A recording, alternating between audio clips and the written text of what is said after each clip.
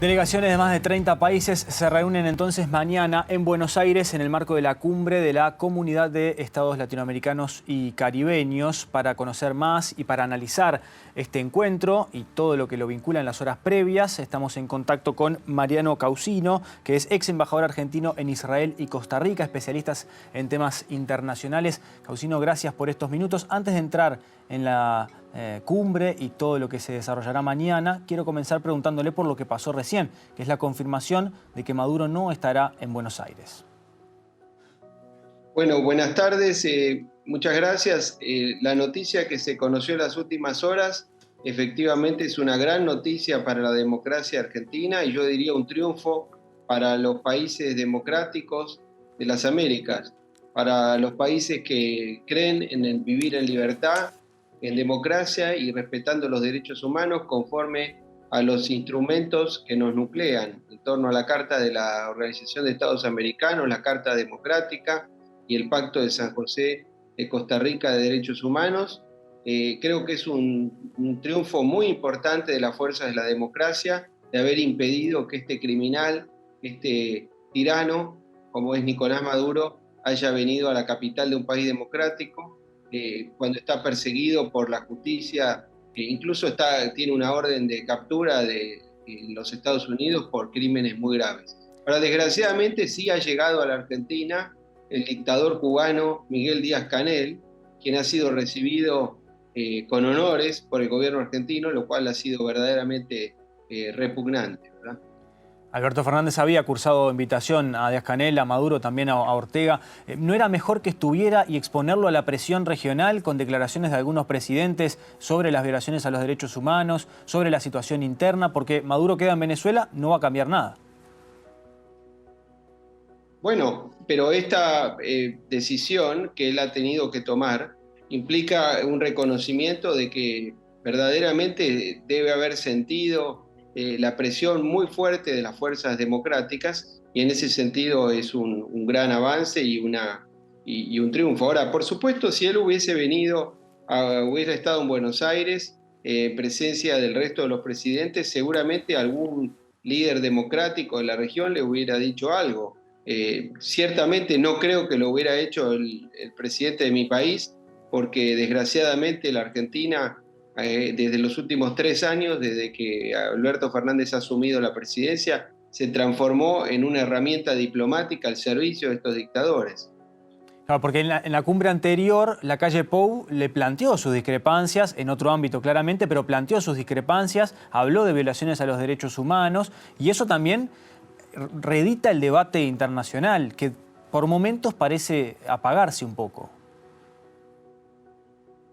Bueno, en su momento el presidente del Uruguay tuvo expresiones muy correctas, a mi modo de ver, sobre destacar que en Venezuela no se respetan los derechos humanos ni la forma democrática, al igual que en Cuba, por supuesto, hace 64 años, en Nicaragua, y como estamos viendo en este momento en Bolivia, donde el gobierno de Bolivia está ya prácticamente, es la cuarta dictadura de las Américas.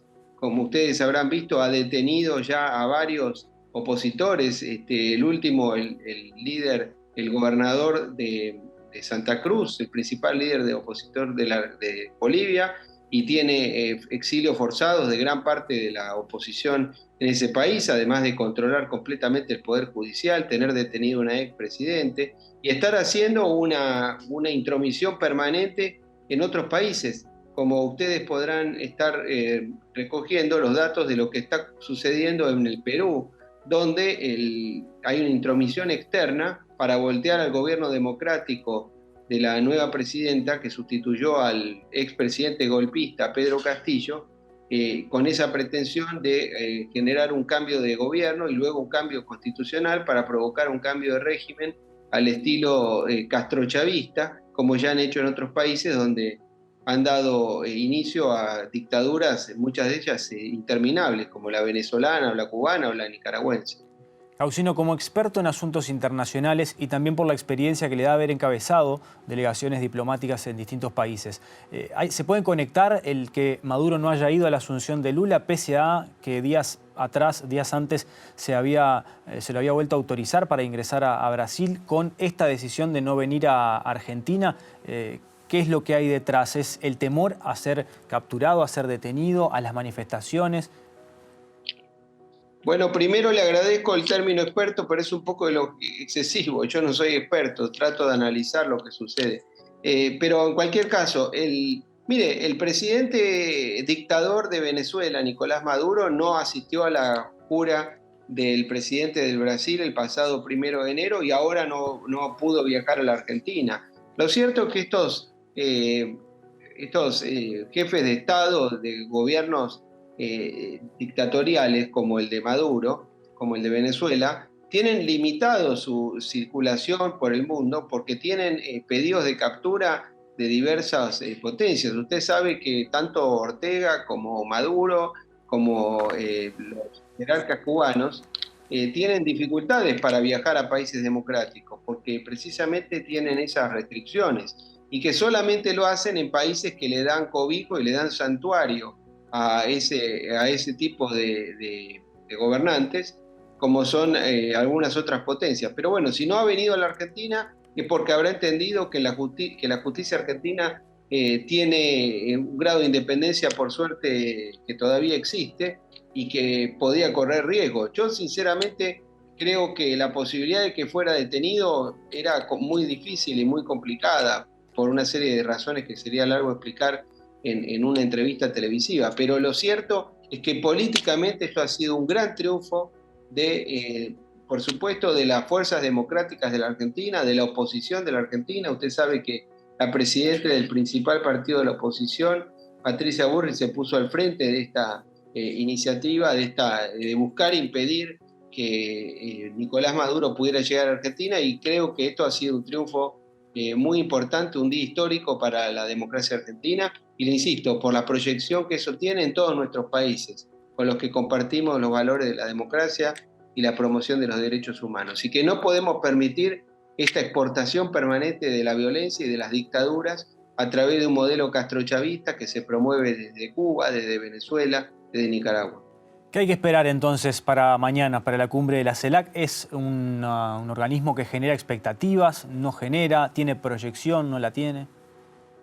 No, la CELAC fue creada en el apogeo de los gobiernos del Foro de San Pablo hace ya más de 10 años, con el objeto de contrarrestar a los Estados Unidos y de contrarrestar la actuación de la OEA, de deteriorar a la OEA, la Organización de Estados Americanos. La verdad es que si usted me pregunta desde el punto de vista, digamos, o filosófico o académico, yo le diría que en realidad lo que tendrían que hacer los países es fortalecer el sistema interamericano, porque estos mecanismos que se han hecho solamente con el propósito de excluir a los Estados Unidos y a Canadá, la verdad es que no sirven para nada. En los hechos ha servido exclusivamente para darle cobijo y protección a estos siniestros personajes que han torturado, que han matado, que han hecho desapariciones, que han conculcado todos los derechos a sus pueblos, como son estos dictadores de estos países que hemos mencionado.